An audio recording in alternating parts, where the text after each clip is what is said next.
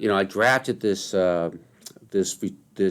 presentation in early December, and since then, I've upped a lot. There's a lot of things have happened that more or less confirm what I wrote in December. So my analysis seems to be trending the way I thought it would be, and you'll see that as we go through that.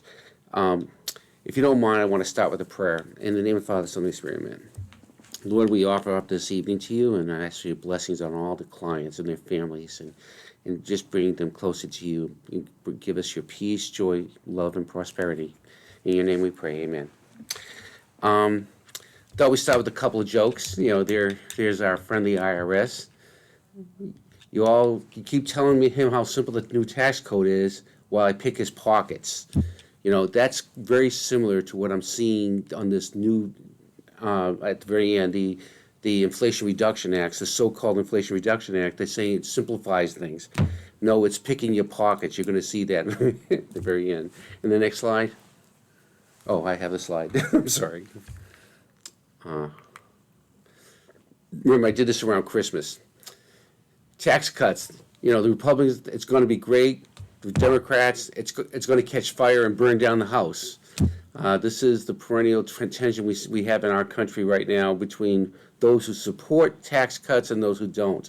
And I'm going to comment about that a little bit, because I think we've entered a whole new era where there's a lot of anomalous economic structures now that never was never there before, that kind of goes counterintuitive to the economic metrics. And I'll talk about that when I get to it. Okay, so let's get into the actual seminar. And I'm okay with you asking questions as we go along. Maybe if you type them and Rachel can read them to me. Okay? Okay, it's not clicking. There we go. Welcome. The seminar is going to cover historical economic context, economic prognosis, where we're going.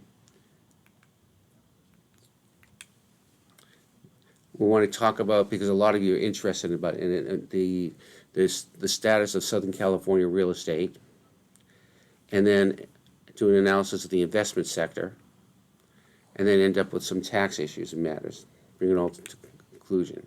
Start with the historical context. The national debt, it needs to be talked about. It's going to have a major impact on all of us. And I just want to educate my client base just how bad it is. As of November, it was $31.3 trillion. Now that's the entire debt. When you look at the national debt, it's broken into two components: the public debt and the non-public debt. It's the public debt. The non-public debt is when the government owes itself. That's not so serious. But the public debt is to third parties, and that's very serious. But right now, it's 126% of GDP. Historically, so you have a sense to work on. It is averaged, let's say, from 1945 to 2008, it averaged around 35%. So it's gone from 35% to 126% in roughly 14 years. And it's going to get worse according to the CBO, but we'll talk about that later on. Here it is in November 21st, 2007, the debt was $9.1 trillion. Today's $31.3 trillion. Back then, 62% of GDP. Now, here I break it down for the public debt and the total debt. So you can see in the public debt was only $5 trillion. That's what we really pay the interest on our debt. The total debt was $9 trillion. It was manageable. By November 21st, the public debt had risen to $24 trillion. Because interest rates were so low, we didn't really see a severe impact on our economy because of it. The interest rates were hovering at 2% or less, The government has a vested interest, and this is very important for you to understand when you think about inflation and you think about the stock market and so forth. The government now has a vested interest to keep the interest rates low. From the interest on the national debt from 2007 to, like, say, 2014, 2015 was averaging about $200 billion a year. This past year, it clocked in close to $700 billion. It is now, and it's going to get higher and higher. We'll talk about that as we go along. This is what matters: the public debt ratio. Do you remember? Many of you might remember when Greece collapsed. Okay, their public debt ratio was at 93% when they had their fiscal collapse. We've moved from 36% to 95% and rising. And the interest expense of the budget is exploding. From the rest, and think about our poor kids, even if we balance the budget next week, for the next 30, 40 years, our kids are going to be paying $600 billion to $1 trillion a year in interest, taxes on them that will buy them no government services or benefits. U.S. national debt to rise by $20 trillion over the next 10 years. This came out today. The CBO, which is supposed to be nonpartisan, but really it has over the last 10, 15 years issued reports that you might be safe that was biased in favor of saying the opposite of this. Okay, here now they're saying in the next 10 years, they're predicting that the public debt is going to increase $20 trillion. That's $2 trillion a year. They're saying it's going to go up from 25 trillion in 2023 to 46 trillion in 2033. And they're saying that by that time when that happens. So here's a this is by the CBO. If you can look at it, I don't know if they can follow my picture here. They can't, huh? Okay, but if you look at the graphic there, you can see that after World War II, our public debt ratio was very, very high, 112%. It skyrocketed, the worst in the nation's history. But think about what was the United States like in 1945? It was the lone intact industrial power. It had the world by the throat. And they knew that they were going to basically have very, very wealthy, successful years for the next 20, 30 years. And you can see how the debt as a percentage of GDP dropped dramatically. We can handle that. We're not in that situation any longer. Okay, and then you can see where the pandemic is. It got up to about the same time as with the World War II, and what is projected based on the CBO by 2043. Not very, very optimistic, is it? Sorry to say that. The analysis shows that the gross interest cost 12 months ending in July 31st was $684 billion. Now compare that with two very large budget expenditures. Defense was $742 billion, and Medicare was $689 billion. So the interest expense is now becoming one of the major expenditures on the national budget. To give you a better picture of the things, our national budget is roughly $4.2 trillion. Most of it is Social Security and Medicare. By 2043, the interest in the national debt is going to eat up and by far be the number one expenditure in the budget. There's my historic average from 1990 to 2015. Interest, according to St. Louis Federal Reserve, was averaging about $200 billion a year. Fine. Now here's why this matters. To finance the interest payments on the debt, there's only three things they can do. They either borrow more, which leads to larger deficits, which is more debt, which leads to more interest expense. It's a vicious circle. And I don't know how they're going to solve it. You know, the best way to solve it is by growing the economy, growing GDP. The current policies of this administration is not growing GDP. It's going the opposite. And it's worse than what I'm saying. Because when you look at GDP, let's say GDP today is that comes in this year, which they're expecting about 1%. Part of GDP is the deficit. So the money that's thrown into the economy by the government through borrowing adds to a positive impact on the GDP. You take that out, they have a negative GDP. Because it's like I can make $100,000 this year by working and earning it, or I can borrow it. From a GDP perspective, I got $100,000 both ways. But one, I earned it. The other one, I just added to my debt. I'm running up my credit card, that kind of thing.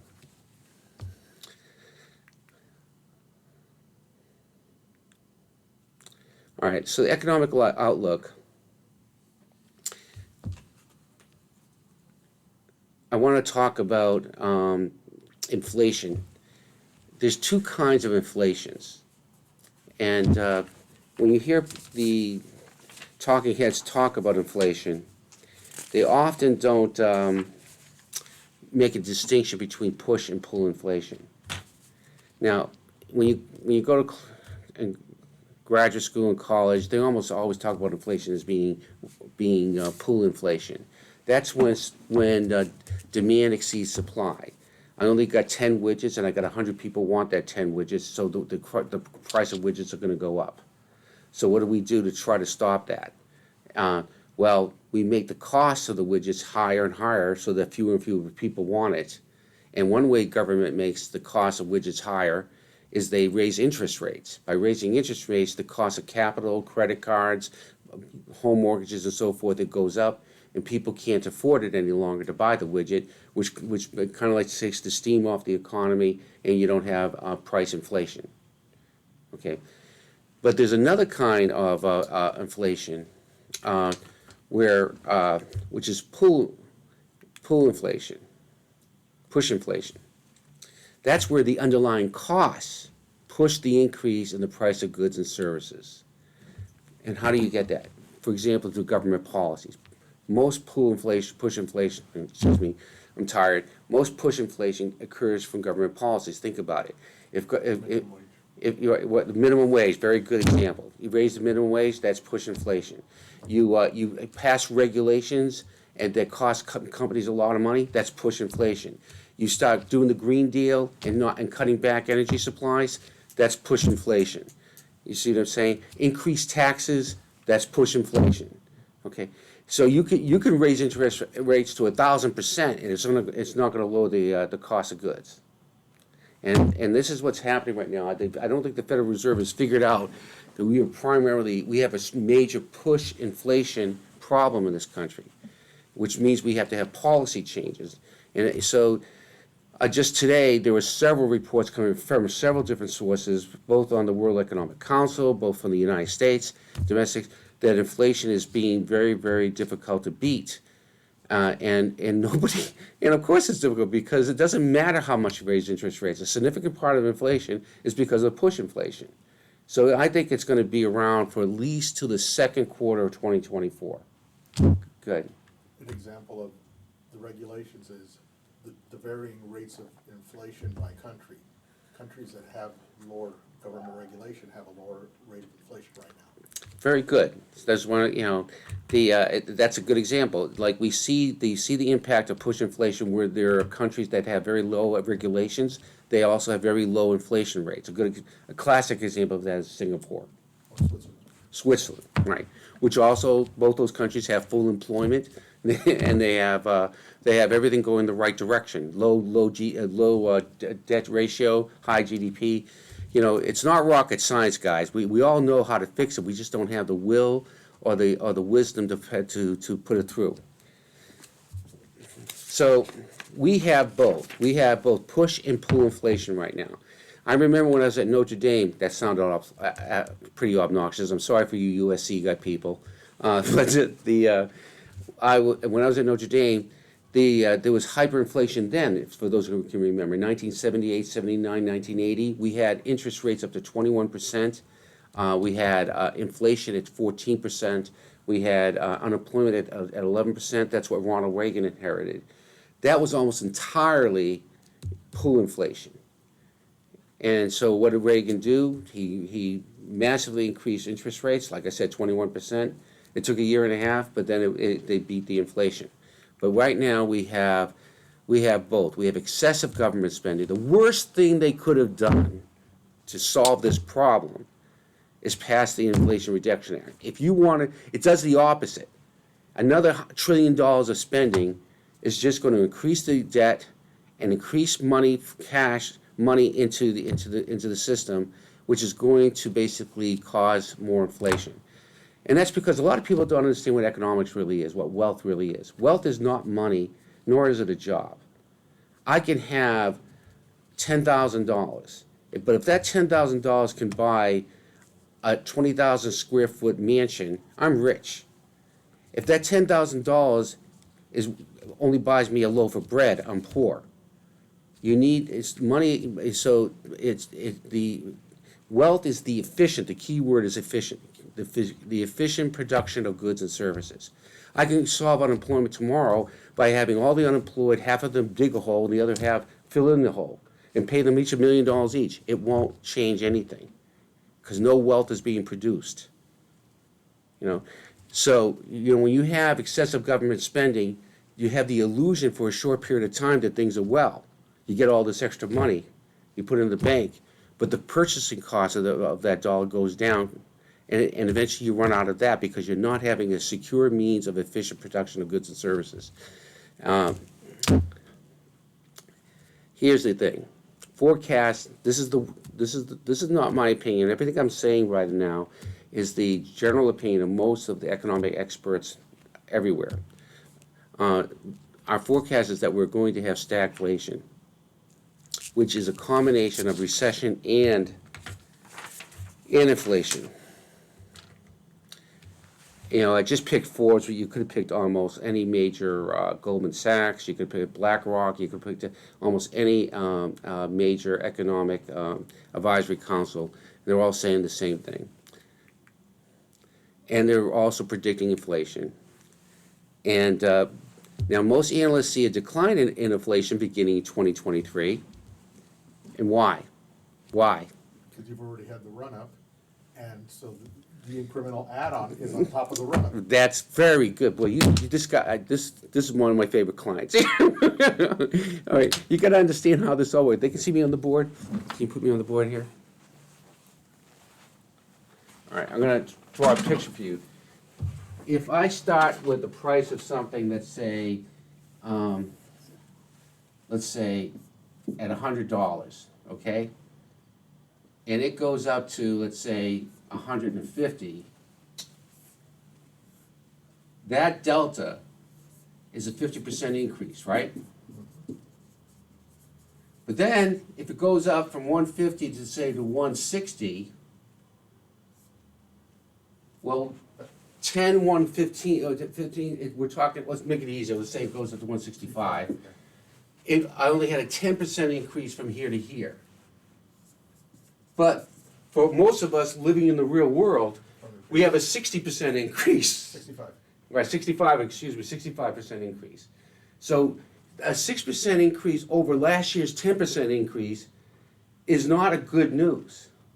Okay, so this is not explained. And the other reason why is that, again, they're trying to beat inflation simply through interest rates. They're not doing anything about these push inflation, which is at least half of the inflation rate. Okay. Now, so most analysts see a decline because of the interest rates. The whole world hates interest rates increases because they know that destroys international commerce. It destroys the underlying cost of capital, which destroys so many economic sectors. But the government hates it too, because as interest rates go up, several things cost the government more. Number one is, we already talked about, the interest on the national debt. But interest rates also increase the cost of living. And the government has it built into it that every time there's a cost of living increase, they've got to increase the monthly payments on welfare and Social Security and government pensions. So any interest rate increase is automatically, it's hardwired in, generates a lot more costs to the government, which creates a lot more deficit, and the same vicious cycle goes on and on. The IMF is forecasting inflation at 6.6% in 2023 and 4% in 2024. I kind of agree with that, but we really need to have a thriving economy. We need about 2%. You might say, well, heck, that's not too bad for 2%.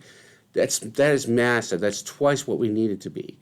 And it's very hard to get it down. Now, ask yourselves, you guys who have mortgages, imagine if you're paying, let's say, $3,000 a month here in California to own a garage, and the mortgage now goes up by, and you'll say you have a variable mortgage and it goes up 2%. That $3,000 doesn't jump up to 3,000 times to 2%. It jumps up from $3,000 to like maybe $3,600 a month. It's very significant. Okay, so the GDP, there's so many economic metrics that it's hard to basically say what should you keep your eye on to understand what's really going on in the economy. For me, the number one metric is GDP. Eventually, everything has to align with the GDP. The market could be up here, and when all the metrics are bad, but if the GDP is here, it's eventually going to come down to that. Or vice versa, if the market's down here, like it was in 2006, but the GDP is up here, it had to eventually come up to the GDP. That's because the GDP is basically the efficient production of goods and services in the country each year. And the United States is still one of the most productive economies in the world. So it used to be, for most of us living, a 3% GDP was the norm. Now they think it's something that's unachievable. Under the Trump years, we had 3% GDP growth. Now we're settling back to the Obama years where we had 0.5%, 1%, 1.6% type of GDP. And this is what they're forecasting. But what did I say about deficit spending and GDP? Deficit spending is included in GDP. Now, we just read a CBO report that says $2 trillion a year is going to be added to the debt every year. That's into the GDP. So what is $2 trillion into the GDP? It's more than 1%. So when you take out that $2 trillion, you have a negative growth. Do you understand that? Okay, so right now our GDP is running around 21, 22 trillion. So 2 trillion is like 10% of the production of goods and services. The other point is the two examples you just gave of where it came up, it was at a certain level during the Obama years, which was lower, and now it's lower compared to the Trump years. Both the Obama years and the Biden years are coming after dips in the market because of the mortgage meltdown and because He's of the absolutely right. It's absolutely right. They're getting the advantage that of we're starting at a lower base point, right. Which they should be having They should more have than 3. They should be having 4 or 5%. 4 or 5% GDP. That's right. I didn't even want to go into that because I thought it'd be too confusing. But what I'm sorry, Abe was saying here is that if you had a big dip in the economy, here, let me do a little graph here. If you have a dip in the economy, so let's say this is GDP, and it goes up over, this is like years, and this is dollar amount, and suddenly it drops down. So this is like 2020. It drops down because of the pandemic. And if the pandemic didn't occur, it'd be going like this if everything was normal. And then you become president over here, you should expect a sharp increase to come up there. Exactly. Okay? You shouldn't expect 1% GDP growth. You should be expecting 5, 6, 7% GDP growth. Okay? And that's what he's saying. He's absolutely right. Okay, so we're getting, but the 1% is even worse than what we're saying because, like I said, the deficit spending is included in that. And it gives us the illusion that we're okay when we're not. Just like it is when somebody who's a spendthrift goes out and mortgages their house to the hilt, mortgages their credit cards on the hilt, and they're making their budget needs. Eventually, you run out of credit, and now you have more debt and more expenditures. Okay. Let's talk about real estate overview. Interest rate forecast, Southern California real estate and commercial real estate. To combat inflation, the Federal Reserve has raised interest rates 4 times in 2022. That's extraordinary. Usually you get an interest rate increase once every 2 or 3 years. But we live in extraordinary times, okay? When you have a hyperinflation economy, you do this. And by the way, one other thing about the inflation rate, the way, like, remember how I said the government has a vested interest in lowering interest rates and so forth? Well, they're messing around with the definition of the consumer price index. If they use the same formula and definition back in the Carter years and the Reagan years, today, instead of 6%, it'd be 12%. So that's just another thing to keep in mind. To combat inflation, the Federal Reserve raised interest rates 4 times in 2022, at 3/4 of a point each, or 3% for the year. This is as of November when I wrote this. Today, it's now 4.5% to 4.75%. It began at 0.25%. So over the last 2 years, the Federal Reserve rate, that's the benchmark in which all interest rate is measured by, whether it's a credit card, a mortgage, a car loan, that's the benchmark. It was at 0.25%. Today, it's at 4.75%. Think about what a huge increase that is.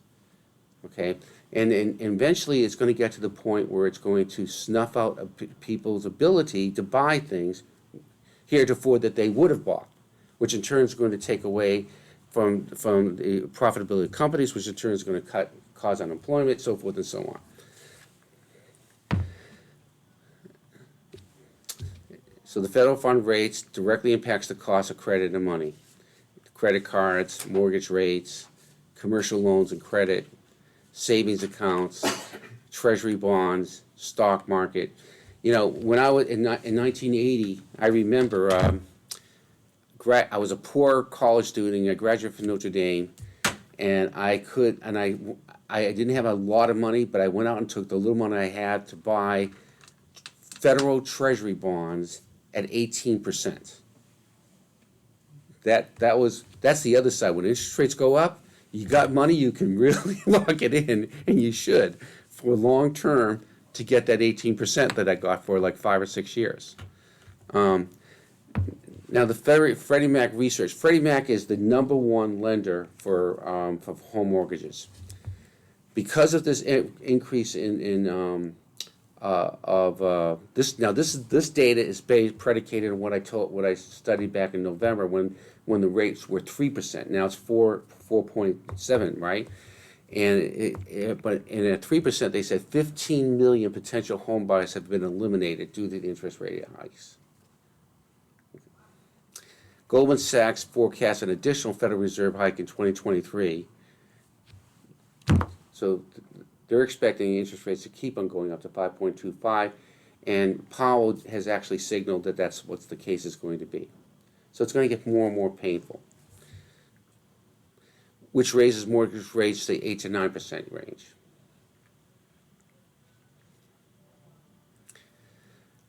In California, something almost historic occurred. Home sales fell in September.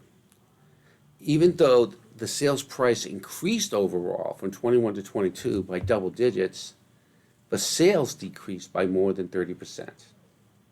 So we're catching the tail end, and I don't mean to sound, I really don't, I'm not trying to be political here, but we're catching the tail end of the Trump economy. When people had money and there was optimism and so forth, they were willing to spend a lot of money for houses, and so the price of housing was going up, but the number of people who can afford it was going down. Now we're seeing both. I have a lot of real estate clients, and many of you who are going to be listening you can offer your point of view, but I'm sure you agree with me. Their listings are going less and less, and they're lasting longer and longer. You know, so So sales decreased by more than 30%. In 2023, they're predicting higher inventories and higher interest rates and projecting a year-to-year decline. So last year, the value of real estate overall in Southern California went down by about 7 or 8%, and they're predicting another 7 or 8% this year. There you go, 7 to 10%. So many clients ask me about this, and I'm telling everybody, you'd be smart if you can to wait until the third quarter to buy a house. You'll probably buy it for 5 to 10% cheaper than what it's being offered today. And I have a lot of clients on the other side who are trying to sell their homes or sell their properties, and nobody's biting, and they're either taking it off the market or they're just cutting the prices. So now commercial real estate's a little different. When I want to know the value of my house, I try to find somebody comparable in my neighborhood. If my next door neighbor has a comparable house and he sold his house for $1 million, my house is probably worth about $1 million. That's not how it works in commercial real estate. Commercial real estate is based on the capitalization of earnings. It's what that commercial property can earn. So if I want to get a 4% return on my money on when I buy a real estate, and they're asking me for $10 million to buy that commercial property, I gotta have $400,000 net income from that property, from the rents less the property taxes and insurance, to warrant a $10 million price. See, the capitalization of earnings. Now there are always instances where that doesn't work. Like if your property happens to be in such a great location, you can get more than the value. But broadly speaking, what I'm saying, that's how it works. And but what's happening in commercial real estate? Take this building right here. My lease is up at the end of the year. Do you think I'm going to renew at the same price or the same amount of square footage? No. Why? Because everybody now meets by Zoom, and it's just easy. We don't need all the office space, and it's too expensive. And so commercial leases from this point, they're all starting to expire from the pandemic years, and a lot of it's not going to be renewed. And so that's going to change the capitalization of earnings, which in turn is going to change the value of the property. You follow me? Unless it's an owner-occupied property. That changes the dynamics altogether. Now, that's not true for every kind of property. There's different kinds of properties. There's office leases like we have here, but there's places like gymnasiums. They need commercial real estate. You can't have a gymnasium in your backyard. So manufacturing, they need the plants. They have to have that space. We just bought a 90,000 square foot, as I'm a member of the board of an entity, we just bought a 90,000 square foot facility in Arkansas because it's so much cheaper. But you need a plant, you need space. So if you're going to buy a commercial building, you have to look at it. Who's the use of it, and what's the capitalization of earnings going to be on that? What's the economy going to impact on that? Warehousing in California is very, very good to buy. Why? Because 50% of the United States' imports and exports come through the Los Angeles port, and they get on these trains and they truck them out to what's called the Alameda Corridor, out by Fontana, Riverside, all that area, and then from there it goes out into southwestern United States. They can't get enough warehouse space. One of my clients sold their small acreage for good money so somebody could develop warehouses there. You just have to know what you're doing when you go into it. So let's go into the investment forecast. Well, we already talked about that the global outlook, not domestic, global, it's not just the United States, is inflation and recession. BlackRock is probably the gold standard in this kind of analysis. And that's why I put them up there, that they're predicting inflation and recession. So reining in inflation means a deep recession. You can see in the graph there that you have, you've seen the GDP for 2020 and it goes up to 2022 and it starts to fall. Pre-COVID and and uh, and post and so forth. But it's obvious that if you're going to raise interest rates, it's going to affect the ability to produce goods and services because the cost of capital is so high, and that's going to eventually generate a recession. In fact, the Federal Reserve wants a recession to tame inflation. They just don't want it to be a hard landing. They want it to kind of like, let's get their ideal situation is to produce a recession that was going to lower inflation in a very short period of time, and then we'll go back to normal. Excuse me, I'm sorry. So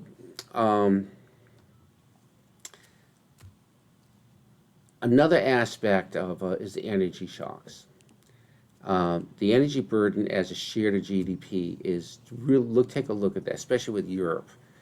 Look how it went up. The war in the Ukraine is contributing a great deal to that.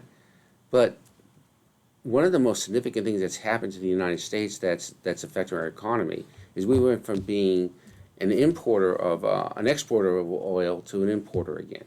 We were energy free, and therefore and yes, like right now, what's gas costing? Like $4.50 around that time. Almost five. That's with Biden dumping billions and billions of barrels of oil from our strategic oil supply, which is totally unethical and wrong, in my opinion. He just announced he's going to put another 20 billion. He's doing this to keep the price of oil artificially low here in the United States. Eventually, so already the strategic oil reserve has been depleted by 50%. In 1.5 years. It took us 30, 40 years to get to this level, and in 1.5 years, we're down to 50% of what we used to be. How can you be happy about that?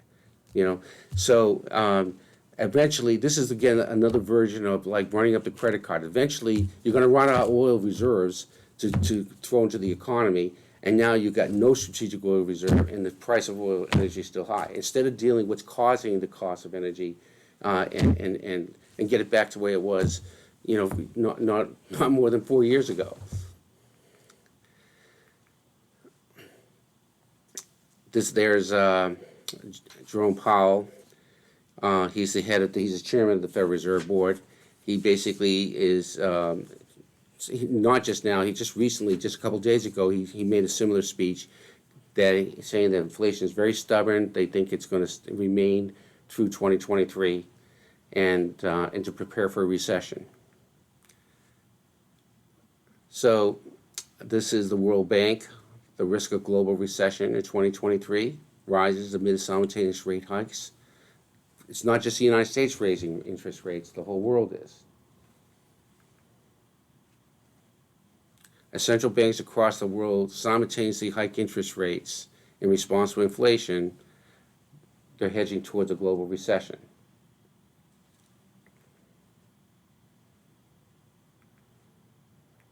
So what do you do in this type of situation?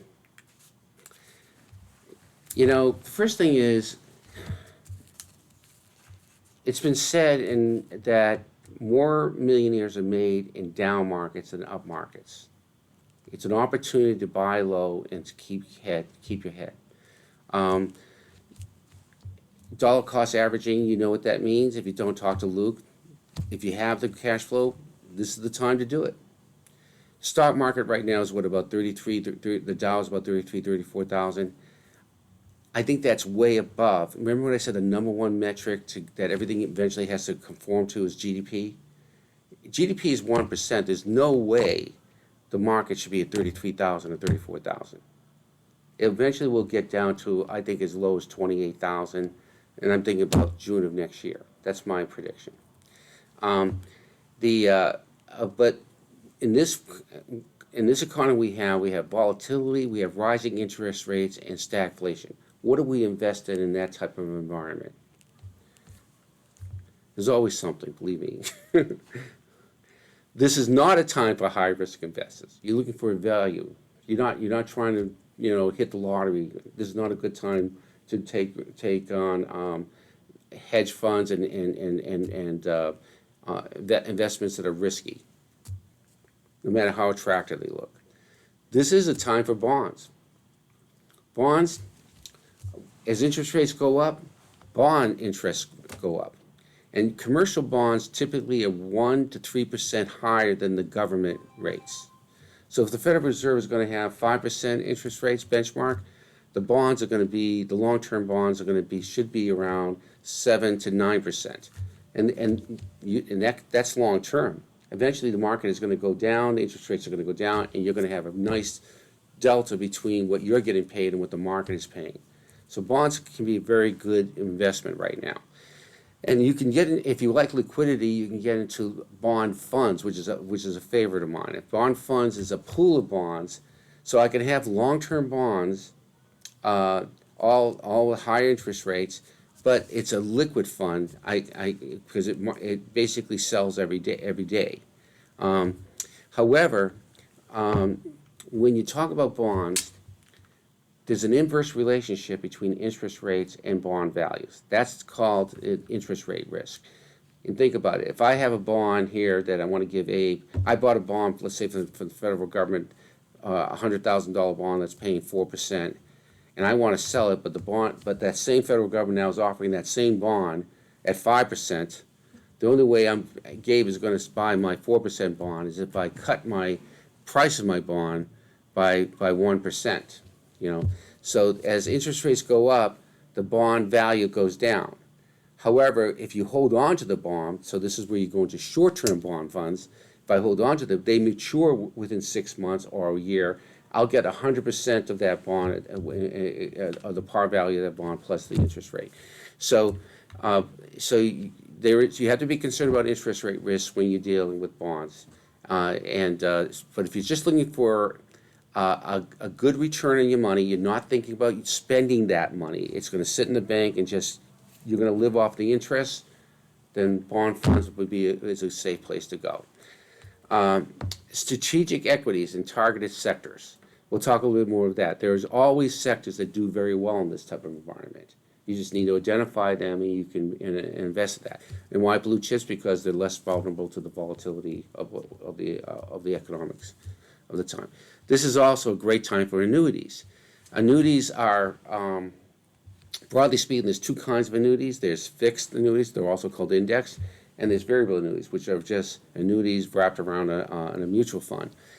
But they give you guarantees, so you can't lose your principal. And if it's a fixed and indexed annuity, you not only get guaranteed principal, you get a guaranteed returning investment, and sometimes they're very attractive.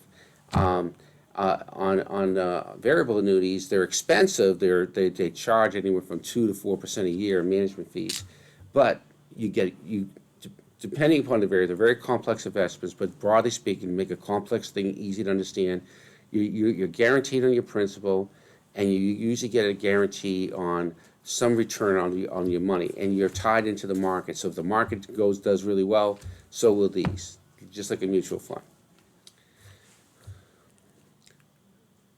So we talked about interest rate risk and credit risk. Now, credit risk, obviously, you want to buy bonds that have where the company's not going to go bankrupt. The reality is that these bond funds, they have credit ratings. You can look at their history of their performance. You just do the research, talk to Luke, where they have virtually no credit risk. So it's not you can invest in a bond fund without really having any serious credit risk. It's just the interest risk you have to focus on. Short and mid-term bonds, less risky than long-term bonds in this environment, as I said before. Why? Because of the interest rate going up. Equities. The safer, most analysts, Morgan Stanley, Fidelity, PIMCO, see potential double-digit returns on the following things: emerging market equities and debt. Emerging markets debt, emerging markets equities. Because it's kind of like they're already down and they can only go up. This is the time to basically you can make 10, 15, 20% on these things. You'd have to sit down with Luke and go through all that. Japan, believe it or not, mostly because the the Topex index has done very, very well. I'm going to go into that later on. Mostly because structurally they're set. They've taken a beating so badly that they're really well situated for this coming year to make double-digit returns.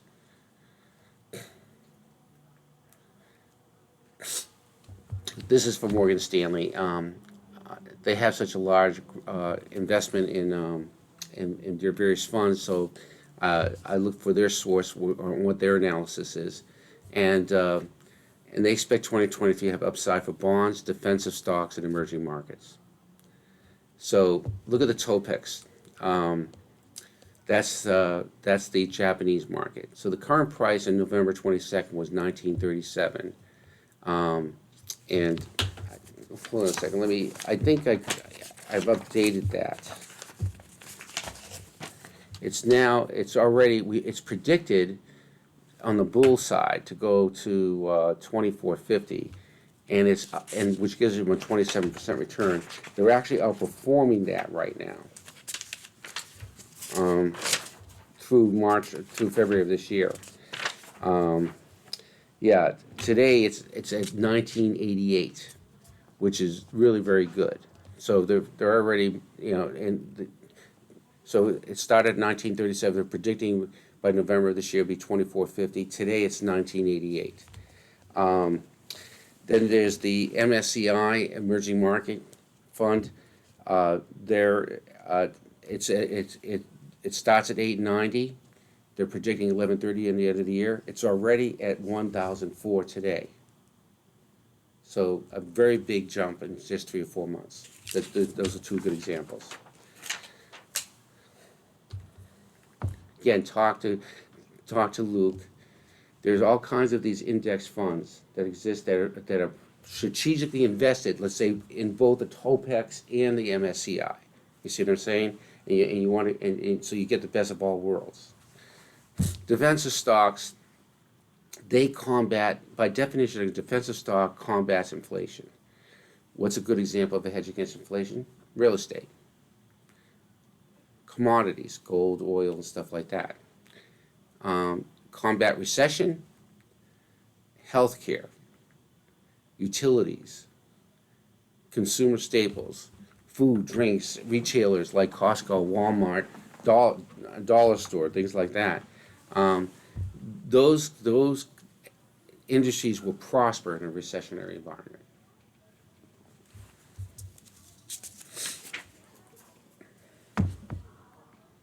Annuities. Annuities can be very attractive in this environment, especially if you don't want to take any risk, but you want to get some kind of return. And I put together the pros and cons of annuities. So annuities guarantee your principal. You can't lose money. In a fixed and index annuity, they guarantee your interest rate. They defer the revenue, so it's not taxable as you earn it, unless you take it out and spend it. That doesn't matter if you're using retirement assets to buy annuities, because it's deferred anyways, right? Keep that in mind. And the management fees and expenses are very low for fixed and index annuities. The cons, depending on what kind of return investment you want on them, they're tied up for long term with withdrawal penalties. It can be anywhere from 4 to 10 years. So you just have to find the thing that works best for you. The variable annuities, they don't give you a guaranteed interest rate, but they perform like a mutual fund. So if you think that the long term, let's say 3 or 4 years, that's what I mean by long term here, that the economy is going to change and the market's going to turn around and jump up. So let's say I'm right that the market drops down to like 30,000 or 29,000. That's probably the floor. Like 2006, I couldn't believe when that happened. It was 2007. The market was at 14.5 and dropped down all the way to 6,000. That was crazy. That was overreacting. I was able to buy Citibank stock for $2 a share. People were just panicking. The GDP was still way up here, and the stock market overreacted because of the financial collapse of Lehman Brothers and so forth. there's going to be a point where the floor is going to be established. It's probably going to be lower than it should be. That's a good time to get into a variable annuity. Deferred revenue, again, if it's a retirement asset, it doesn't matter because everything's deferred anyways in a retirement asset.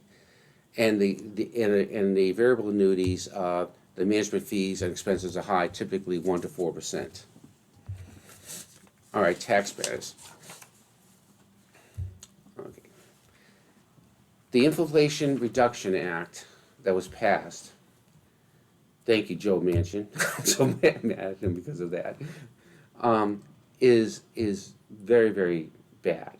It's throwing money into the economy that's just going to make inflation more difficult to defeat.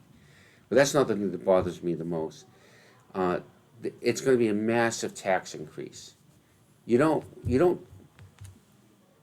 raise taxes in a weak economy. That's just like, it's sticking the knife in a little bit deeper. You cut taxes, you cut spending, you cut regulations, but they're not doing that. And one of the things that's happening is for many of my clients, if you get money from places like PayPal, Venmo, or from cryptocurrencies, now if any transaction that equals $600 or more is now being reported to the IRS, and if you haven't been reporting in the past, you better report it now. And for every one that you don't report, there's a fine of $350 penalty per customer. So keep that in mind. And if you have a cash transaction of $10,000 or more and you don't report it, the penalties can be up to $3 million. In the past, people who rent out their homes and vacation rentals didn't have to pay self-employment tax. That's the Social Security tax. That's roughly about 15.3%. Now it's going to be subject to SE tax. For corporate clients, especially S corps, and for partnerships, the IRS is instituting they're going after the equity section of your balance sheet. You have to prove your basis, and this is a very complicated thing. So I'm going to send out a memo about this. And this is the year we have to do the inside basis and outside basis calculations for your corporations. You cannot take a loss on your corporation and get a tax deduction unless you substantiate your outside basis. That's the easiest way to talk about it, and I know that's hard to understand, but think about it this way. Basis is not too hard to understand. If I buy a stock for $5 and I sell it for $7, I pay tax on $2, right? And that's how it is with a C Corp, what I just described you. With an S Corp and a partnership, it may say you bought the stock for $5, and you may sell something in your company for $7, but because of outside base, things that don't run through the company and the books and everything, your basis might be a lot lower than that or a lot higher than that. An example of how that happens, that's very common. Let's say my S Corp made $100,000 profit, but I personally only took out $40,000.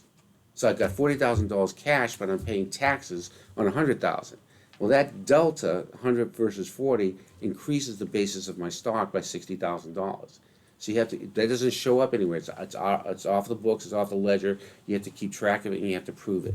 So and there's forms it's very complicated. And I did like a few of them last year. The average time it took me to work on those forms was anywhere from 45 minutes to 4 hours. So it's not simple, especially if you've been around for a lot of years. And then the IRS is now going after foreign tax credits. If you get more than, as a couple, $600, as an individual, $300. If you received foreign tax credits that equal to that more, now you have to do another thing called the K-2, which is a four-page form. What's going on here is the IRS wants to know whether or not you're involved in terrorist activities, and they're making sure that you report all kinds of stuff on the investment before you can take the credit.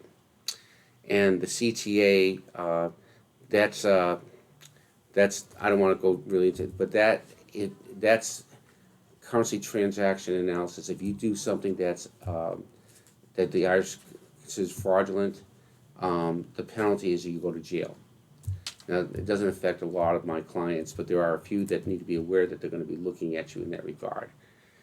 Now, the other thing that I want to say is, and that's the simple stuff. The more important stuff is this. The Inflation Reduction Act is going to raise $737 billion, and they're going to hire 87,000 new agents. What do you think those agents are going after? The top 3% of this country pay 90% of the taxes. The top 10% of the country pays 97% of the taxes. So the other 90% of taxpayers in the country pay 3% of the taxes. Where's the target-rich environment? Is it the 90% or the 3%? They're going to be going after the 90%. And these agents are going to start, you're going to get notices now that you never got before. We're going to have an avalanche of IRS notices. And you should expect, every one of you, that your audit risk, because of this bill, because of this, is going to go up at least 100%, if not 300 or 400%. Currently, the IRS has 79,000 employees. This bill is going to add another 87,000 employees. So they're more than doubling their workforce, and they're not going to be sitting there, playing tiddlywinks. They're going to look for new ways to go after you and find you, and they're going to come and they're going to look for every kind of variance and every kind of discrepancy. It doesn't matter about the small dollar amount, because this is how the IRS works. Sadly, they will assess you. You'll get a letter saying you owe $400 or $1,000 or $2,000. You bring it to me and I say they're wrong, but it's going to cost you $400, $1,000, $2,000 for me to fight it. What are you going to do? And they raise, in my opinion, $200 to $400 billion a year this way. I remember back in 2019, the AICPA did an audit. 21 million IRS notices went out that year. They did a statistical sample and reviewed them. More than 50% of them, the IRS was wrong. But what are you going to do? You have to pay. It's cheaper to pay than to fight. Now, if they ever went to a loser pay system, I bet you those IRS notices would drop down to like maybe 1 or 2 million. But that's the world we live in today. So this Inflation Reduction Act, in a practical sense, means that you have to assume that you audit. The chance you're getting audited is going to go up much, much higher. The second thing is they're going to be demanding more and more complicated compliance, like the K2, like the Form 7203s for the outside basis. And information to the IRS is just another way to audit you and to find some kind of discrepancy to go after you. So that's something we need to keep in mind. Other practical things that's changed in the tax law that's going to impact a lot of you people. The child tax credit has been reduced. It used to be $3,600 per child. It's now down to $2,000 per child. The dependent care credit used to be the maximum was $8,000. It's now been dropped down to $2,100. And before there was an above the line charitable deduction of $300 or $600. Now $300, excuse me. That's been eliminated. Is there any good news? Well, yeah, there was another law that was passed in November of 2022 on the RMDs, which extended. It used to be before 2019. Once you reach age 70.5, you had to take your required minimum distribution out of your IRAs and start paying taxes on it.